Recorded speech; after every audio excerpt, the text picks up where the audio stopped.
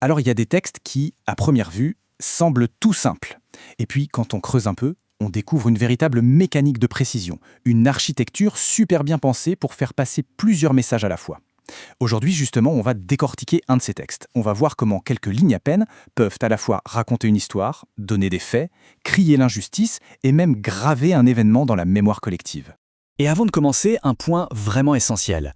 Toute cette analyse, et même le texte qu'on va utiliser comme exemple, tout ça a été élaboré par le professeur Hamdaoud. Il faut rendre le crédit à qui de droit, c'est son travail que l'on va explorer ensemble. Alors voilà comment on va procéder. D'abord, on va découvrir ce fameux texte. Ensuite, on va plonger dans ces 5 niveaux cachés. Après ça, on décortiquera chaque objectif un par un. On verra aussi quelques règles très concrètes à suivre. Et pour finir, on parlera du rôle de l'écriture dans la construction de l'histoire. Allez, on y va. Bon, première étape, on entre dans le vif du sujet, le texte. Voilà, les mots sont bruts, ils sont directs, ça nous met tout de suite dans l'ambiance, dans la dureté de ce qui est décrit. C'est vraiment la porte d'entrée, l'accroche émotionnelle du texte qu'on va analyser. Ici, on a donc le texte complet. Ça se lit comme le récit d'une personne qui a vécu un moment clé de l'histoire de l'Algérie. La description est assez sobre, presque factuelle. On parle de chants patriotiques, de répression, d'arrestation, de prison. Et tout se conclut par une phrase qui vient donner un tout autre sens à ce sacrifice. Bon, en lisant ça, on pourrait se dire « Ok, c'est un témoignage, c'est un récit, mais en fait c'est bien plus que ça. C'est une construction vraiment brillante. Chaque mot est pesé, chaque phrase a sa propre mission. Du coup, la vraie question c'est quels sont ces secrets? Comment ça marche concrètement ?» La clé, elle tient en un seul chiffre, 5. Et oui, ce texte ne vise pas une seule chose, mais bien 5 objectifs, 5 missions différentes en même temps. Alors entrons maintenant dans la salle des machines si on veut. On va regarder le plan qui se cache derrière les mots. Ces fameux 5 niveaux, ce sont en fait 5 intentions de communication qui donnent au texte toute sa force. Les voilà, ces 5 niveaux. Le premier, c'est de rapporter un témoignage. Le deuxième, c'est d'informer. Le troisième, c'est de dénoncer. Le quatrième, c'est de rendre hommage. Et enfin, le cinquième, c'est de commémorer. 5 actions, 5 buts pour un seul petit texte. C'est assez puissant.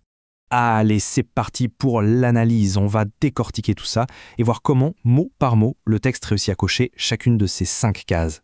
Premier objectif, donc, rapporter un témoignage. Bon, ça, c'est le plus évident, c'est ce qu'on voit tout de suite.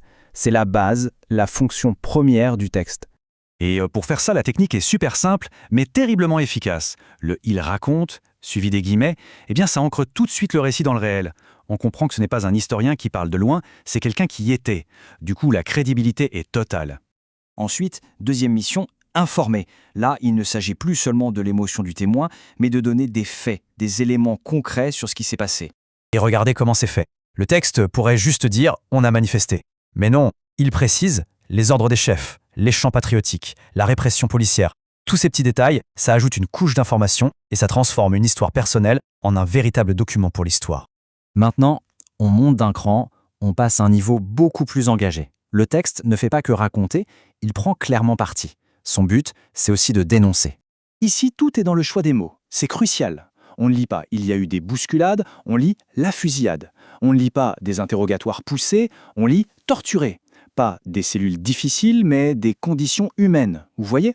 Chaque mot est une arme. Ce vocabulaire est hyper fort et il a un but très clair. Pointer du doigt la violence et l'injustice. Quatrième objectif, rendre hommage. Une fois que la violence a été dénoncée, le texte change complètement de ton. Il prend de la hauteur. On passe de la description de la souffrance à l'honneur du sacrifice. Et c'est la toute dernière phrase qui fait tout basculer. Elle redonne une perspective à tout ce qu'on vient de lire. L'expérience individuelle du témoin n'est plus juste son histoire. Elle devient la preuve du sacrifice de tout un peuple. Le texte se transforme en une sorte de mémorial écrit. Et on arrive au 5e et dernier niveau. Celui-ci est peut-être le plus subtil de tous, c'est la commémoration. L'idée, c'est de faire en sorte que ce texte puisse s'inscrire dans le grand récit de l'histoire. Et là, c'est assez génial. C'est la structure même de l'introduction qui permet ça. En laissant la place pour insérer une date, ce texte devient un modèle, un template si on veut. On peut l'adapter pour commémorer n'importe quel événement marquant. C'est ce qui le rend à la fois très spécifique dans son récit et en même temps universel dans son application. Bon, on a bien analysé le « comment ça marche », maintenant passons à la pratique. Parce que ce modèle développé par le professeur Hamdaoud vient avec un mode d'emploi, des règles très précises. Voilà les 2 règles principales. D'abord, la date de l'événement, Il faut utiliser celle qui est demandée, par exemple le 8 mai 1945 à Sétif ou le 17 octobre 1961 à Paris. Et ensuite, le nom du témoin. Et là, attention, il y a une règle d'or. Ne jamais, au grand jamais, mentionner son propre nom.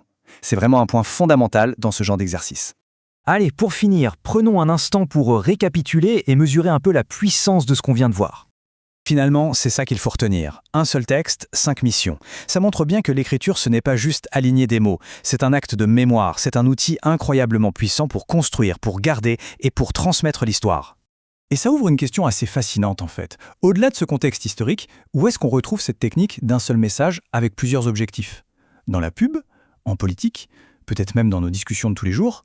La réponse, c'est que c'est probablement partout autour de nous. Il suffit simplement d'ouvrir l'œil et d'apprendre à décoder.